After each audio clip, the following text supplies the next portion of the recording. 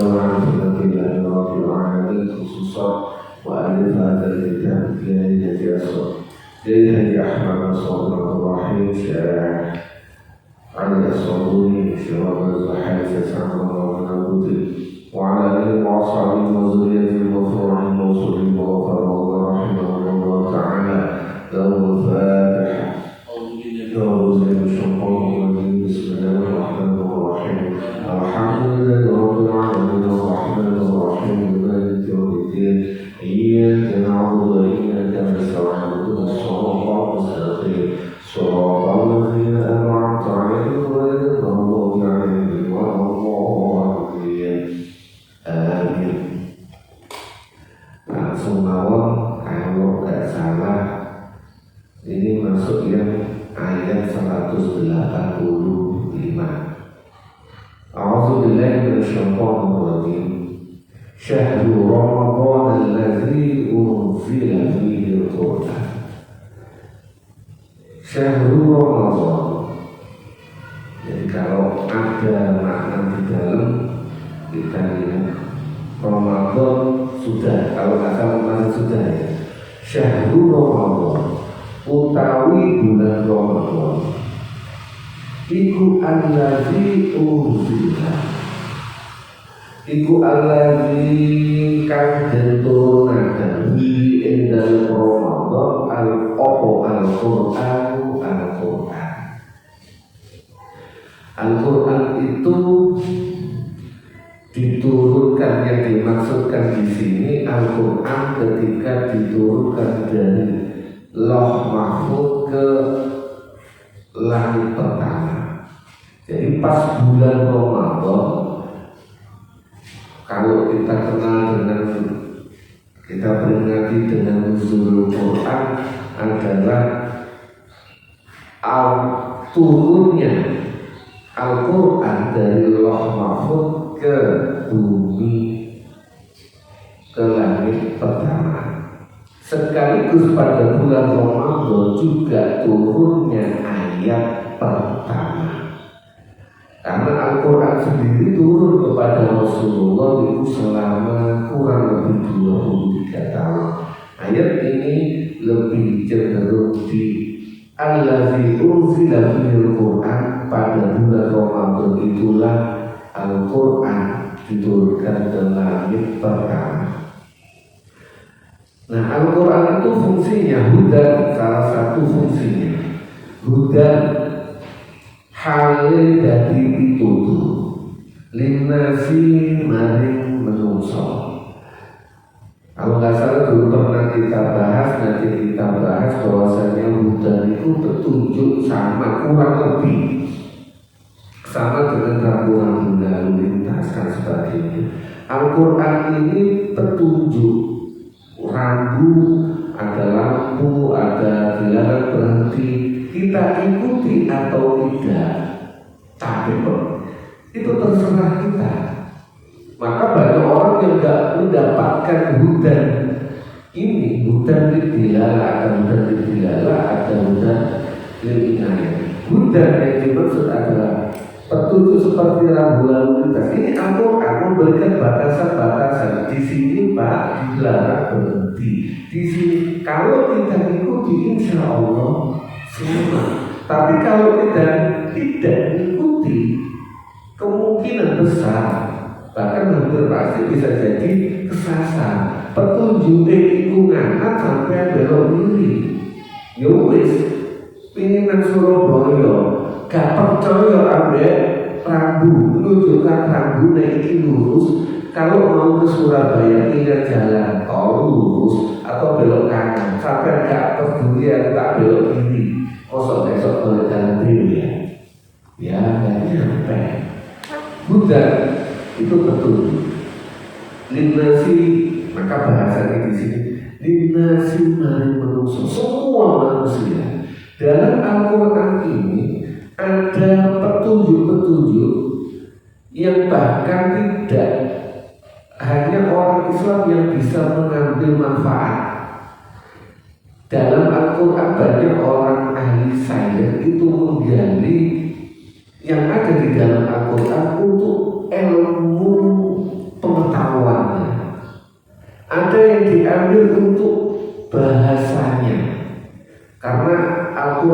samudra keilmuan. Mereka mengambil ilmu-ilmu yang ada di dalam Al-Quran tanpa mereka masuk Islam, tanpa mereka mendapatkan pitutur hudan yang bahwa dia harus masuk Islam. Maka di sini memberikan hudan lintas, petunjuk bagi umat manusia.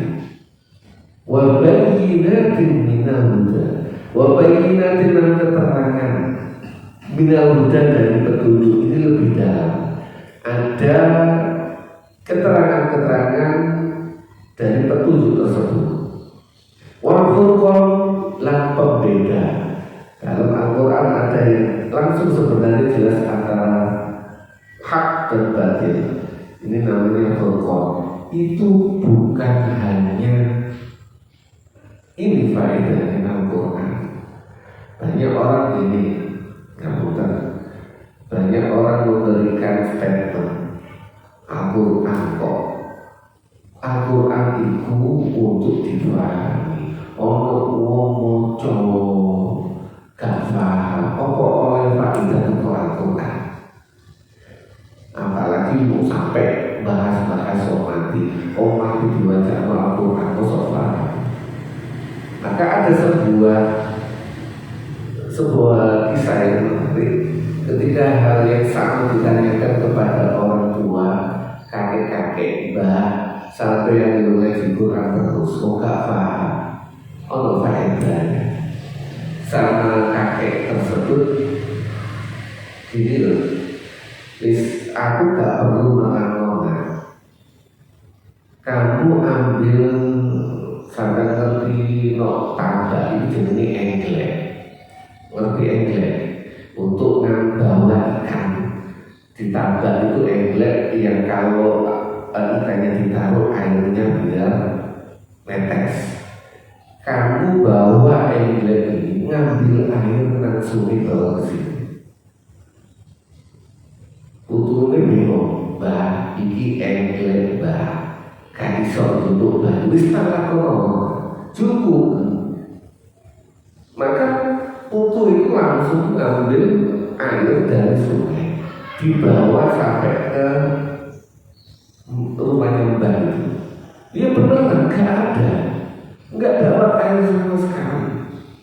Sudah oleh baju nggak berubah, tapi belum. Engglek nang sadurunge digowo kali. Iku lagi kotor. Kalau jupuk banyu teko sungai gowo ini gak oleh banyu. Tapi engglek jadi bersih. Begitu juga Al-Quran baiki. Mungkin gak paham jelas ada Al-Quran. Gak ono sing guna utek ibadah. Tapi minimal tak gawe maca Al-Quran itu indai iso bersih. Artinya baik iso bersih. Banyak orang yang hanya pokoknya paham, enggak harus. Kita baca Al-Quran apapun itu, faedahnya sangat banyak. Belum bahas masalah ganjaran. Pasti punya efek Al-Quran itu terhadap diri kita.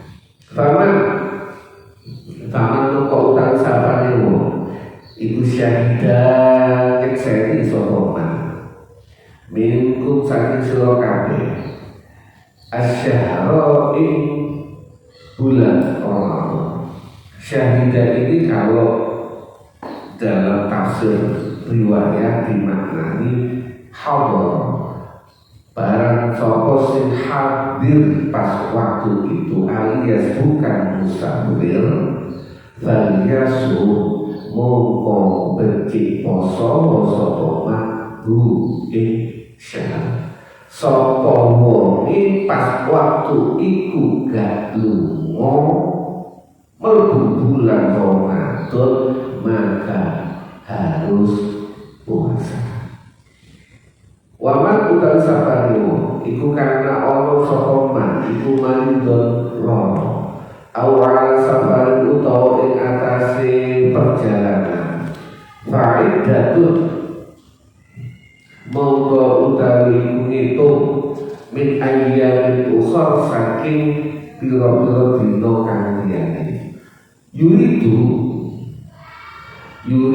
ngersakaken sapa Allah Gusti Allah bikum kelawan sira kabeh al-yusra ing gampang wala yuridu lan ora ngersakaken sapa Gusti Allah bikum ing kelawan sira kabeh al-usra ing angel walitukmilu iddata walitukmilu lan becik ngenepake sapa sira kabeh iddata ing hitungan walitukabbiru Allah lan becik maca takbir ngegungaken sapa sira kabeh Allah Gusti Allah alama ing atase barang ada kang wis nuduhaken sapa Gusti Allah kum ing sira kabeh wal alakum lan menawa sira kabeh iku tasbihuna padha syukur. Ayat sebelumnya, jadi tarikh tasrifnya, sejarah pensyariatannya nanti sebagian disebutkan dalam Asbabun Nuzul. Proses pensyariatan puasa bulan Ramadan awalnya Nabi ketika datang ke Madinah itu belum puasa Ramadan, masih puasa hari Asyura. Hari Asyura itu tanggal 10 Muharram.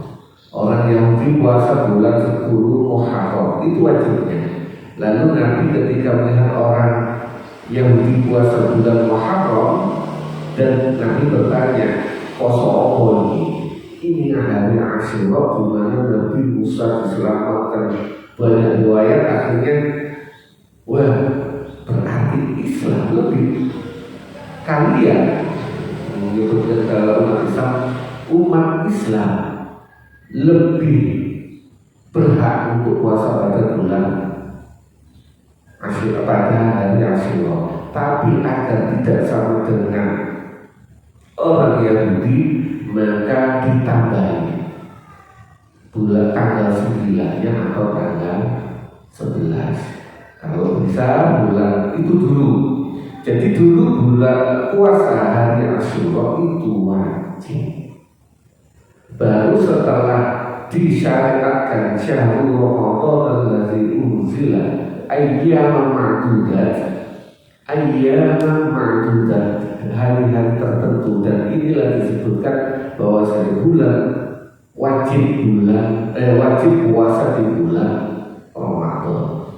Tapi ayat sebelumnya orang itu boleh pilih ketika sakit atau dalam perjalanan, itu boleh pilih, boleh qadha, boleh bayar fidyah. Jadi orang kalau sakit atau dalam perjalanan lewat bulan Ramadan, itu boleh pilih bayar fidyah atau qadha. Nah, setelah ayat ini turun, syahrul Ramadan allazi unzila fihil Qur'an, maka orang yang tidak sanggup puasa karena sakit atau dalam perjalanan wajib mengqadhanya di hari selanjutnya di luar bulan Ramadan, kecuali orang-orang yang tidak sanggup lagi berpuasa. Wa idza sa'alaka berkala takon kain sira sapa ibadi kawula ingsun ani saking ingsun fa inni mongko suwe ingsun iku qaribun nek ana kawulaku hambaku umatku wahai Muhammad takok Gusti Allah itu jauh atau dekat? Gusti Allah dekat. Ujibu nyembadani sapa ingsun da'wat dari ing pandungane wong kang nyuwun iza da'ani tekani nyuwun sapa dari ingsun. Allah itu dekat. Jauh bahasa kasarane.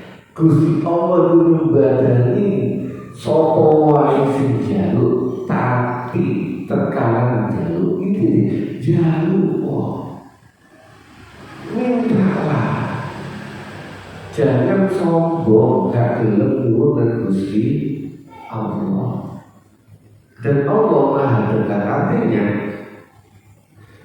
ketika kita doa bersama bagus, tapi ada kalanya kita itu mempunyai permintaan pribadi, mempunyai masalah pribadi, maka gak mungkin kita minta ini di depan orang banyak, isi permasalahan pribadi. Maka kita minta secara pribadi ke Gusti Allah. Bahasa kasarnya, jaluk Gusti Allah cedek, jaluk. Nah, bagaimana caranya agar doa kita ini diijabahi? Falyastajibu, mongko becik nyembah dan nono sapa sira kabeh limaring ingsun. Nyembah dani itu kan kita ini berharap doa kita diijabahi, disembah dan dituruti oleh Gusti Allah. Oke. Sebelum kita ingin dituruti Gusti Allah, bahasa kasarnya turuti si aku. Lah kok sampai yang duwe anak kepingin duwe juga mau yang mempunyai tautan darah. Nek anak ini nurut dhisik terus minta, itu enteng. Jawab ini masuk kadang-kadang gak jalur itu kita kasih. Anak nek nurut, ya Allah, enteng. Begitu juga logika yang digunakan. Nek umat Islam nurut nyembadani perintah Gusti Allah, maka Allah itu enteng nyembadani tanggung panjenengan. Wal yu'minu lan becik iman sapa ibadi bi kelawan ingsun. Ada pertanyaan, wong ini pertanyaan ini sudah hambali Gusti Allah, berarti iman ke Gusti Allah. Kenapa di sini ada kalimat wahyu ilahi, becik imanlah. Iman ini tambahan. Iman ketika kita minta, ini salah satu resep. Pertama, kita ikuti perintah Allah. Kedua, ketika kita minta, kita iman, yakin Gusti Allah sanggup nyembadani kita. Tapi kalau kita minta, kita ragu, kok diterima Allah. Ini ya akhirnya Gusti Allah agak dilulur. Tapi kalau kita yakin Gusti Allah nyembadani, insya Allah persentase untuk diijabahi akan semakin besar. La'allahu ibadi iku yarsudu padha gelem pinter, padha gelem mikir.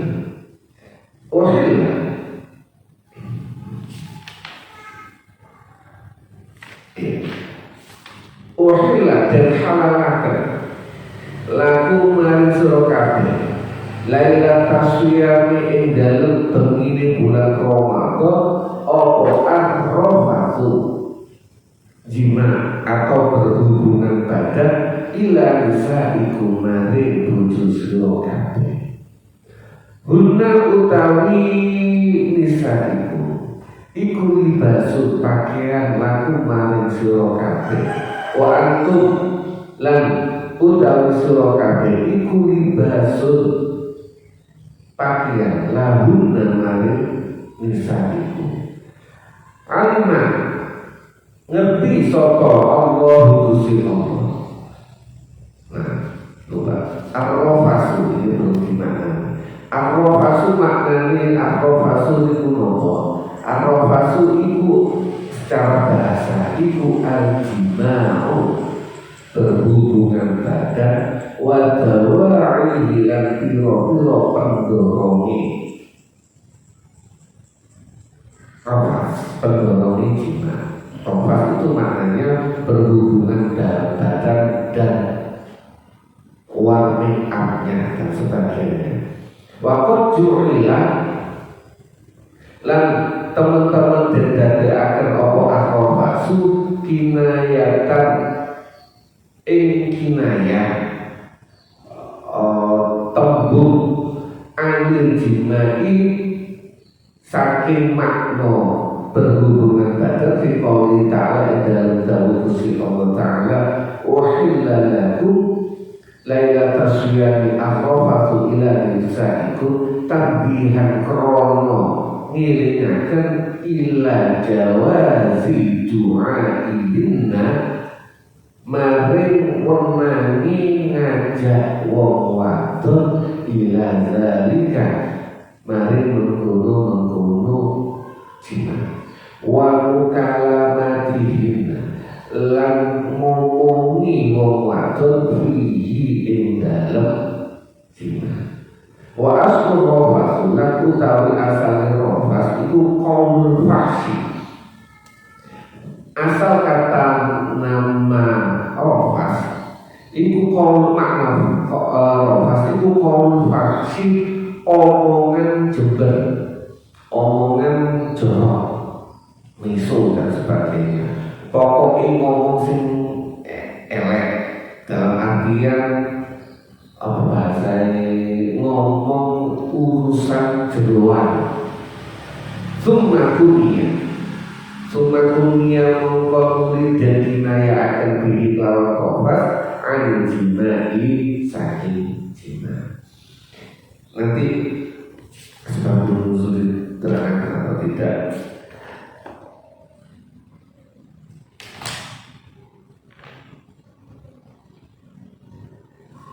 Alima, jadi alima ngerteni sapa Allah Gusti Allah annakum ing satemene sira kabeh iku kuntum ana sapa sira kabeh iku tahtanuna padha khianat sapa sira kabeh anfusakum ing awak dhewe sira kabeh. Makna tahtanuna itu napa? Al-ikhtiyar utawi al-ikhtiyar iku minal khianati diambil dari kalimat khianat kal iktisabi kaya lafaz iktisabi minal kasabi. Makna ikhtiyar iku murawadatul khianati, tergoda untuk berkhianat.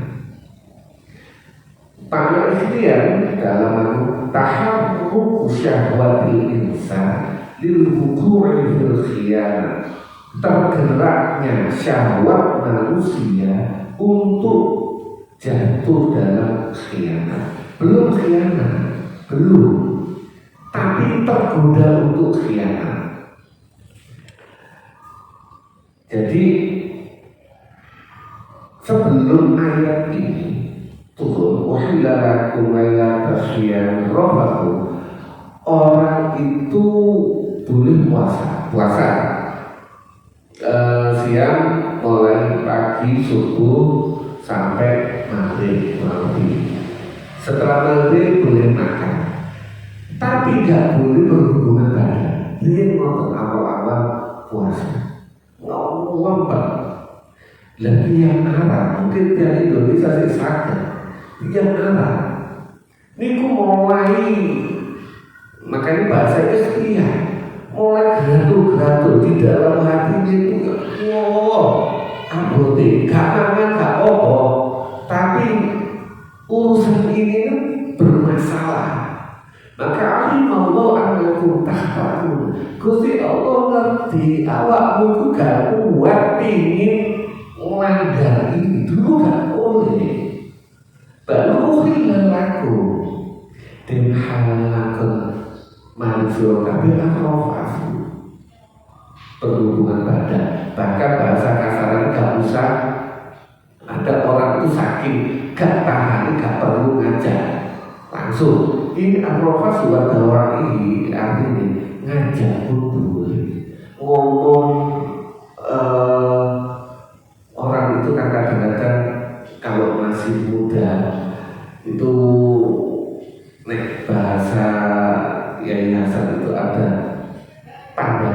hidup, pegangan hidup. Nek masih muda, ABG itu pandangan hidup. Delok tok wis hidup. Pandangan pegangan hidup itu kudu dipegang dulu baru hidup. Ini kalau sudah agak sepuh itu perlu ngajak ngomong, ngajak bermesraan dulu. Seakan-akan ketika arwah belum dihalalkan, ngajak ngomong yang begitu aja itu dihalalkan. Maka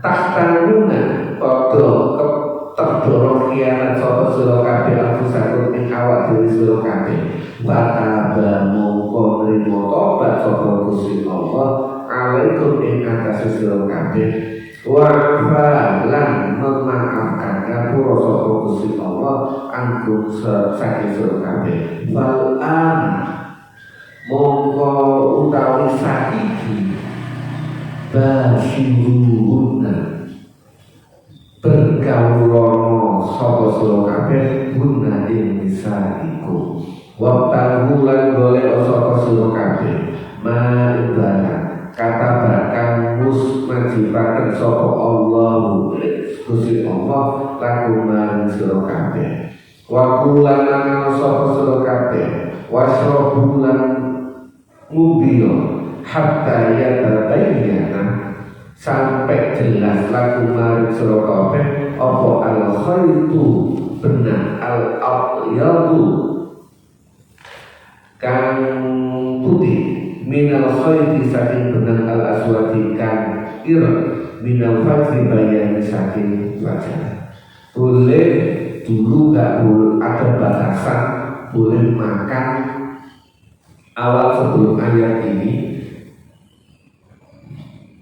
Puasa itu boleh puasa sampai maghrib, habis maghrib itu boleh makan. Setelah isya nggak boleh makan. Subuh sahur baru boleh makan lagi. Jadi ya buka, nek kelewatan waktu buka nggak boleh. Misalnya nanti kalau nggak salah ada asal usulnya ada orang waktu buka kok ketiduran, maka nggak boleh buka. Jadi semua awal puasa itu sengsara banget mereka para sahabat itu. Nah, baru diperbolehkan untuk kulu wasyabu makan itulah sampai fajar sotik muncul. Suma adimu mongoli nyempurnakan sapa sira kabeh asyama ing poso ila laili maring wala tubasirun lan ojo ngumpuli sapa sira kabeh hunna ing saiku wa antum halutan sira kabeh iku akifuna padha i'tikaf fil masajid ing dalem biro-biro masjid. Mungkin bayangan wong saiki mosok wong i'tikaf tapi sambil hubungan badan. Masjid itu adalah tempat yang dikhususkan untuk ibadah, yang bisa dijaga kesuciannya. Makanya walaupun kita nyebutnya musola, itu pada dasarnya adalah masjid. Musola dalam babakan fikih, dalam babakan orang Arab, musola itu tempat yang bukan tempat sholat dijadikan sholat. Habis itu bukan tempat sholat lagi, itu musola. Contoh lapangan ini kurang betul dalam sholat. Ketika sholat id karena masjid penuh dan sebagainya, ingin menjalankan sholat id biar semua kumpul, ingin menjalankan sholat id di lapangan, itu namanya musola.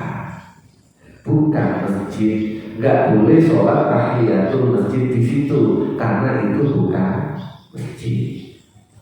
Tapi kalau adakan musola kita, itu kan memang babakan fikih, itu namanya masjid. Walaupun lidah kita nyebuti musola, kadang nyebuti langgar, kadang nyebuti surau, itu pada dasarnya hukumi masjid. Boleh dijadikan i'tikaf, boleh tak sholat tahiyatul masjid karena itu masjid.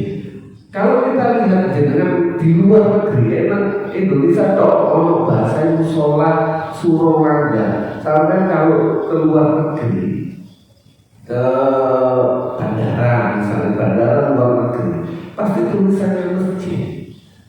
Padahal ukurannya cilik sama dengan musola kita, tapi tetap disebut masjid atau mosko.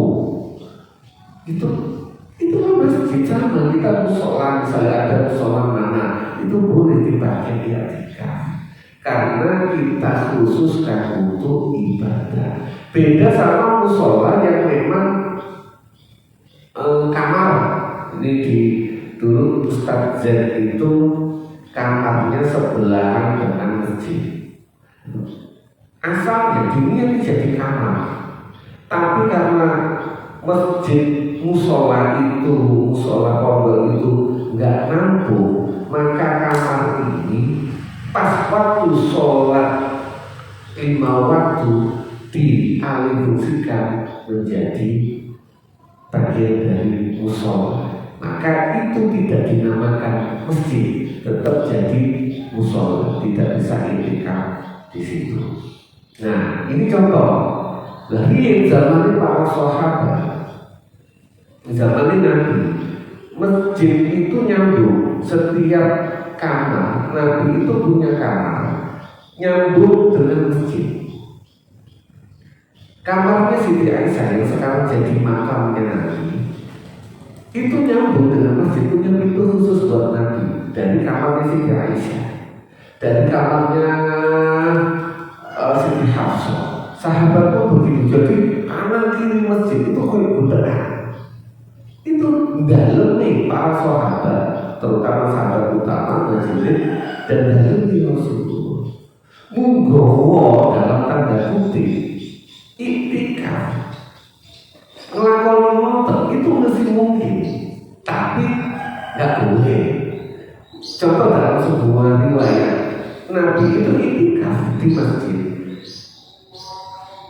Kepalanya Nabi itu di dalam rumah, disisiri sama Siti Aisyah.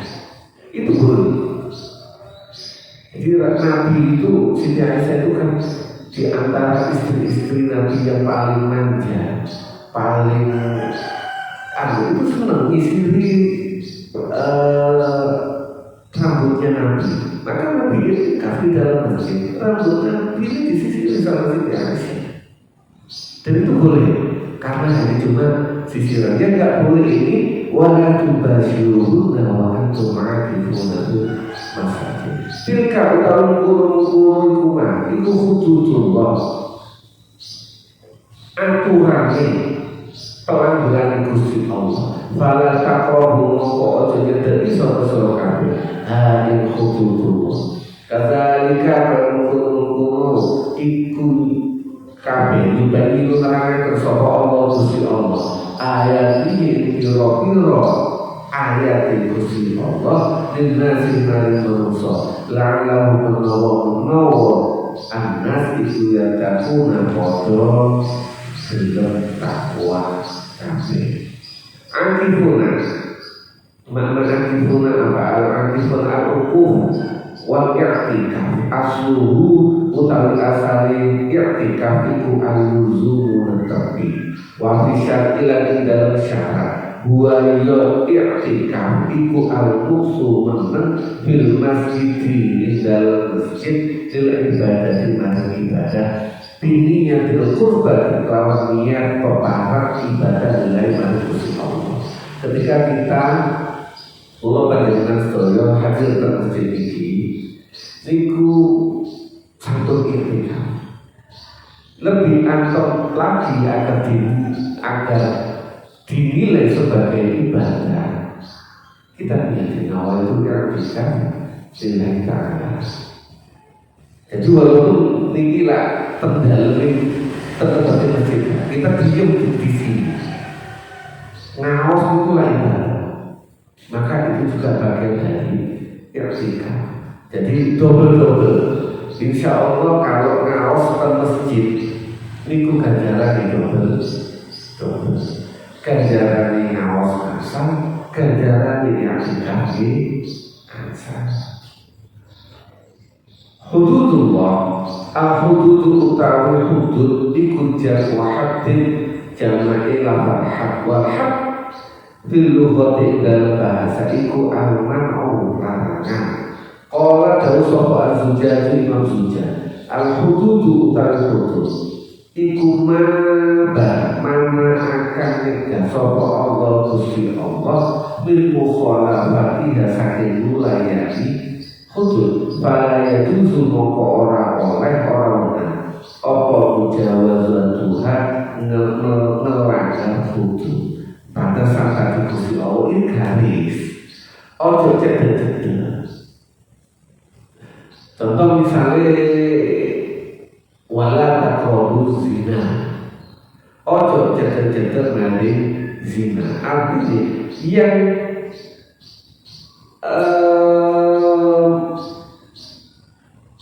membuat kita terjatuh ke dalam zina, ojo dicedek. Makanya misalnya juga usne awakmu iku nafsuan, ojo ade pacaran. Apa wong nek ade pacaran iku ada kemungkinan dalam kandang pacaran sing monggo iku dengan kondisi punya potensi untuk berbuat zina itu lebih besar. Maka fala taqrabu zina. Sebab nuzul, sebab turune ayat. Rawan riwayataken sapa Ibnu Jarir an Mu'ad, Ibnu Jarir berarti tabi'in, an Mu'ad bin Jabal saking sahabat Mu'ad bin Jabal radhiyallahu anhu. Anu satamane Mu'ad bin Jabal iku kala ngendika sapa Mu'ad bin Jabal, inna Rasulullah satamane Gusti Kanjeng Rasulullah sallallahu alaihi wasallam iku kodima rawuh sapa Kanjeng Nabi al-Madinah ta'in kota Madinah fasoma mongko siap sapa Kanjeng Nabi yaum Asyura ing dina Asyura. Niki yang wow satu diterangkan wasalah sata ayyamin puasanya wasalah sata ayyamin lan 3 hari 3 dina minggu syahrin saking saben-saben bulan. Jadi puasa dulu itu tetap hitungan 1 tahun bahkan lebih dari 1 bulan. Puasa Asyura dan 3 hari tiap bulan. Ada yang ngambil ayyamul bir, hari putih, yaitu tanggal 13, 14, 15. Ada yang ngambil di hari awal, tanggal 29, 30 sama 1. Pokoknya 3 hari tiap bulan. Tsumma inna Allah maka setulis Gusti Allah Ta'ala Azza wa Jalla iku fardhu berdoakan mewajibkan syahr Ramadan ing bulan Ramadan. Ta'ala menurunkan sapa Allah Gusti Allah Jalla kamu doakan apa zikruhu nutur Gusti Allah. Ya ayyuhallazina amanu kutiba alaikumusiyam. Wong kang padha iman kabeh kutiba den wajibat kenali kuwi atase sira kabeh apa siap ayat 183 hatta balago sampai ayat wa 'alal ladzina yutiquna fidyatun ta'amu miskin wa 'alal ladzina lan ing atase kang potensi kuat fidyatu ta'amu miskin utawi bayar fidyah awak mangan wong miskin. Al-Baqarah ayat 184. Bahkan namun kok sokoman kok sya'an ngarepaken sokoman soma muka poso sokoman wa man sya'alam sapane wong iku sya'an ngarepaken sokoman after muka mukira fa'al anak muka awal mangan sokoman miskinan ing wong miskin sampai ayat 184. Pada saat itu diperbolehkan puasa boleh, nek gak poso ngelui makan orang miskin. Semakin Allah azza wa jalla mongko satu Gusti Allah azza wa jalla aujaha majibaken asyama ing poso ala sahihi ing atase wong kang sehat al-muqimi kang bermukim alias boten musafir wasabata lan tetepaken lan tetep apa kang kamu aweh makan lil kabiri maring wong kang tuwa allazi la yastati'u kang ora mampu as-shauma ing poso fa anzalahu qawlan sapa Gusti Allah azza wa jalla fa syahida minkum syahra fa yasud. Jadi runtutan ayat niku runtutan proses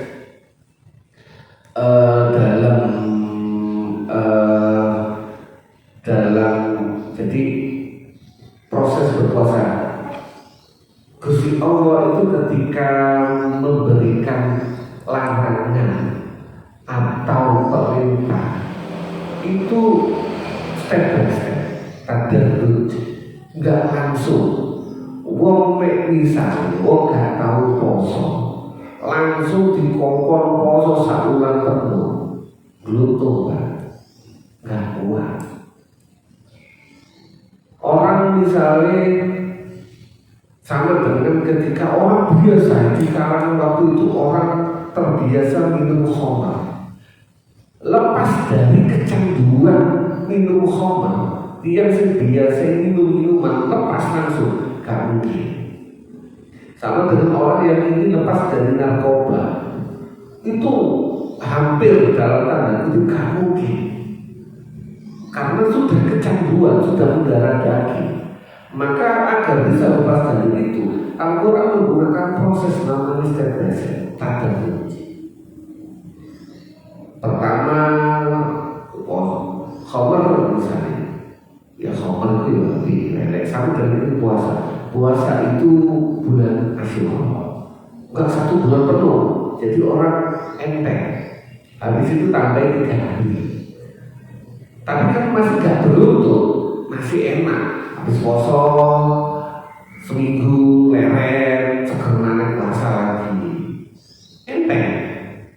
Habis itu yang sakit boleh puasa, boleh enggak, esok kasih makan, enteng, masih ada pelonggaran. Nah setelah itu baru umat Islam sudah mulai kuat, sudah terbiasa puasa 1 bulan penuh. Kita kebagian misalnya 1 bulan penuh. Bagaimana cara kuat? Makanya tiap-tiap sebelum dulu ngajari anak kita puasa, mulai puasa beduk, puasa asar sampai puasa nutup. Itu latihan proses yang dialami para sahabat kita ajarkan kepada putra putri kita. Kita kalau ngomong puasa betul, yuk gak ngomong secara syariat. Tapi ini proses belajar puasa. Apalagi insya Allah oleh wong tua di sini. Pun nanti kalau selanjutnya semoga mengambil pertanyaan. Untuk yang awal itu ambil konteksnya bahwa Al-Quran itu petunjuk bagi semua manusia yang betul-betul bagi orang Islam saja ya. Berarti untuk semua orang bisa mempelajari kitab suci itu. Dan ada ada istilah ada istilah orang pada pembakaran Al-Quran kan merujuknya kalau kitab itu kitab orang Islam, berarti orang membakar Al-Quran berarti membakar kitabnya sendiri itu dalam konteks itu seperti ayat tadi. Ketika Al-Quran itu jadi petunjuk simbol pada dasar semua umat manusia itu bisa menggali Al-Quran, makanya ada seluruh hukum itu hafid betul salah nggak demen apa Quran seluruh hukumnya, tapi dia nggak bisa. Nah cuma ketika ini sudah menjadi simbol, Al-Quran ini adalah lautan ilmu. Semua umat manusia harusnya menghargai Al-Quran, harusnya. Ini ilmu pengetahuan yang samudra yang nggak habis-habis. Tapi lama-kelamaan ini akhirnya menjadi simbol. Ketika itu simbol, mereka itu membakar. Sebenarnya mereka bukan membakar Al-Quran, tetapi membakar simbol yang umat Islam. Podo ambil gendera merah putih, Pak. Karena gendera merah putih ini simbol. Gendera merah putih kan biasa saja. Sampean tahu biasanya gendera merah putih juga nibatkan ini metu 17 tahun. Mari mulai daerah lemari kadang-kadang kecampuran apa lagi nggak karuan. Tapi apakah marah? Enggak, karena ini bukan apa-apa. Tapi ketika itu jadi simbol, sing ono gendera merah putih dibakar ambil orang Amerika, sa Indonesia marah. Karena ketika membakar Al-Quran, membakar bendera merah putih, itu mereka niatin ingin menghina umat Islam, bukan semata-mata bakar Al-Quran. Kalau mereka bakar Al-Quran dulu kamane diri, apakah ada umat Islam yang bakar? Wong tiang wonten tiang muslim benci sama Islam, tuku Quran sak kontainer di obongan pabrik gak ditutup. Kita nggak perlu marah, enggak tahu. Tapi ketika dia bakar satu lembar di depan orang, itu podo ambil nyipu Islam. Simbolnya bukan Al-Quran yang mereka bakar, dan niatan mereka ketika membakar itu bukan karena semata-mata membakar Al-Quran, tapi ingin menghina umat Islam, menghina ajaran Islam. Itu bedanya. Ini sudah kembali kepada simbol.